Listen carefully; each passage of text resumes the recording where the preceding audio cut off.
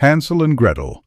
Once, at the edge of a deep and whispering forest, there stood a small, weathered cottage. Inside lived a poor woodcutter, his stern wife, and their 2 children, Hansel, a clever boy, and Gretel, his gentle little sister. Food was scarce, and every night the wind seemed to carry hunger through the cracks of the walls.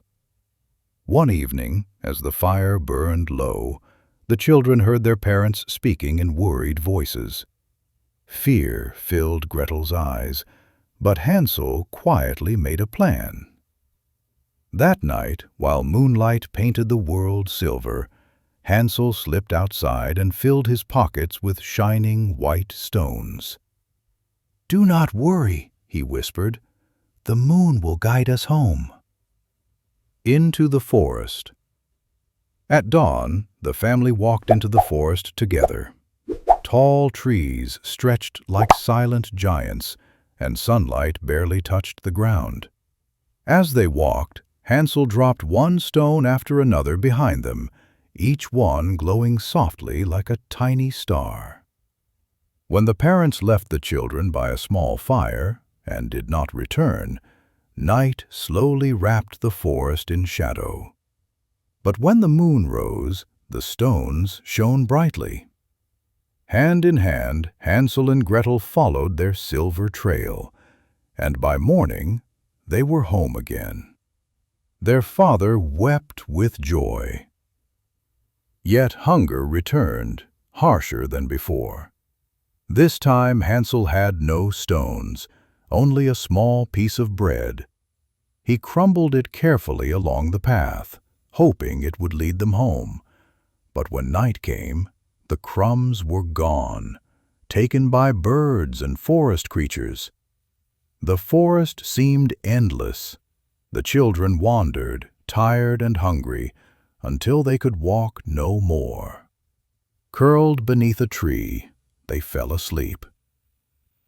On the 3rd morning, a small white bird appeared, singing softly.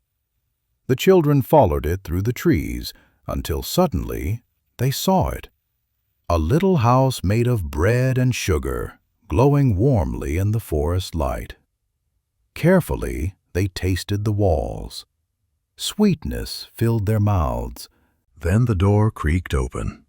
An old woman stepped out, bent and smiling. Her voice was gentle, and her hands felt warm. "Come inside, dear children," she said. "You are safe here." Inside were soft beds and warm food. For the first time in days, Hansel and Gretel felt at peace. But the woman was not what she seemed. She locked Hansel away and gave Gretel chores to do. Though frightened, Gretel stayed brave and clever. Day after day the witch tried to trick them, but kindness and patience were stronger than cruelty. One morning the witch ordered Gretel to check the oven, but Gretel pretended not to understand. When the witch leaned forward to show her, Gretel pushed the door shut and ran. She freed Hansel at once. They hugged, laughed, and cried all at once. The danger was over.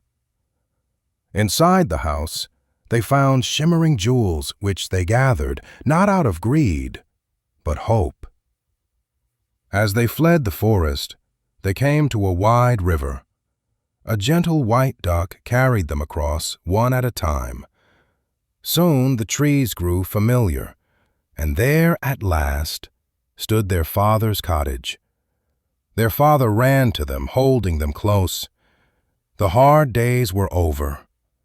With the treasures they brought back, the family never went hungry again, and Hansel and Gretel never forgot what courage, kindness, and clever hearts could do. And so, beneath quiet stars and gentle moonlight, their story became one of hope, a tale whispered by forests, remembered forever.